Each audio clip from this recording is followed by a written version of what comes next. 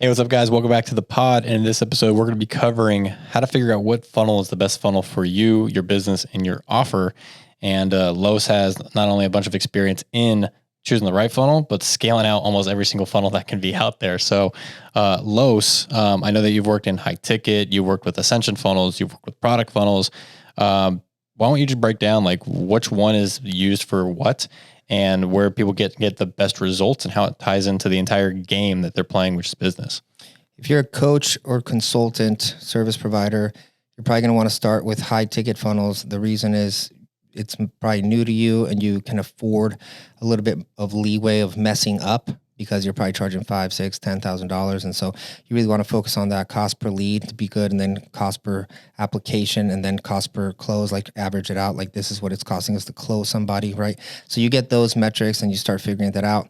Let's say you get to $100,000, then the second thing that I would probably do is create some sort of easily you could do a lead magnet that then back ends into the application again, just to put something in front of it, just to kind of like change it and build start changing the fatigue of that funnel.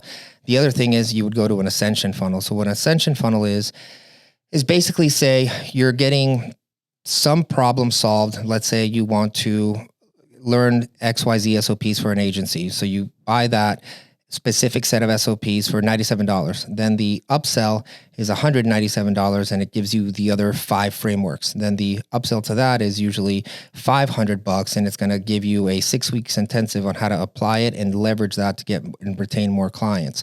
Usually it has a downsell. So it's really 4 or 5 things stacked up, hence the ascension, right? And that is a little bit more complicated to make work. So it takes a little bit because you're optimizing multiple pages at the same time and kind of seeing if the order bump makes sense, what's more congruent, how to change headlines on each and everything, where people are slipping. So it's a little bit more advanced. You at least should be making 100,000. Realistically, you can get away with, like, if you're at like $500,000, you then can start using something like that because it's going to cost you a little bit more time, effort, energy, and money. If not, you can take people into a challenge funnel, which is another way to ascend people, which is basically just doing a free or paid challenge that takes 5 to 7 days. And then inside of that challenge, you're creating a webinar in the middle of it where you're selling, making some sort of an offer, and then you have a 3-day close. You're stacking that with retargeting and email sequences, and then you take that back into applications as well. And all the people that didn't go, you send them over into a Facebook group, or you give a bonus of a webinar, and then you sell some sort of digital product or something like that on the webinar. Gotcha.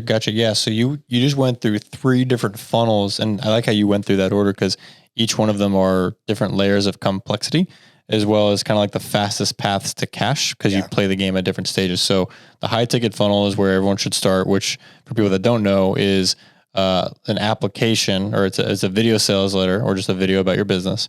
Then an application about what the offer is about, booking a call with you, and then showing up for the call. Right. And then the ascension funnel, as you said, was all of the upsells of what those pain points were, essentially stacking the offers and upselling them and ascending them into that booked appointment because maybe they're just not ready to have a call with you yet. We're trying to ascend. We're trying to get qualified people, build a list at scale, and ascend the right people into the coaching as well, so we can do better than break even, right?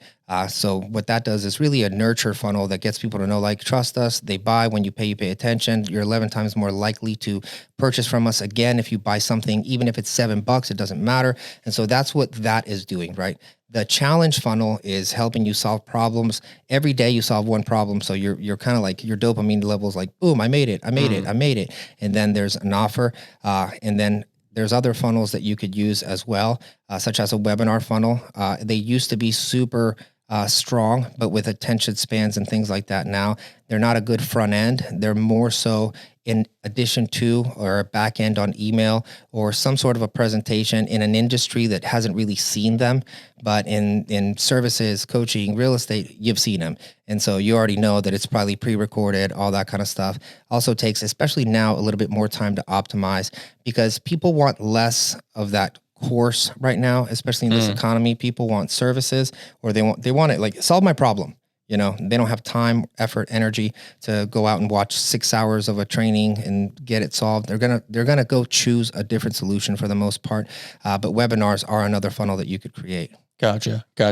So for people that maybe don't know how this whole funnel thing works, or they've tried building out a click funnel. They've just, maybe it's not their thing, or they want funnels that convert and that have been proven. Where can they reach out or learn more about that with you? Yeah, so you can hit us up at creatorads.io. You can hit me up at Los Hustle on Instagram. And you can hit up Robert as well on Instagram at, what's your Insta? At the Robert J. Miller. The Robert J. Miller. All right. So that's it for us, guys. Subscribe, join the notifications, and we'll see you on the next episode. Peace.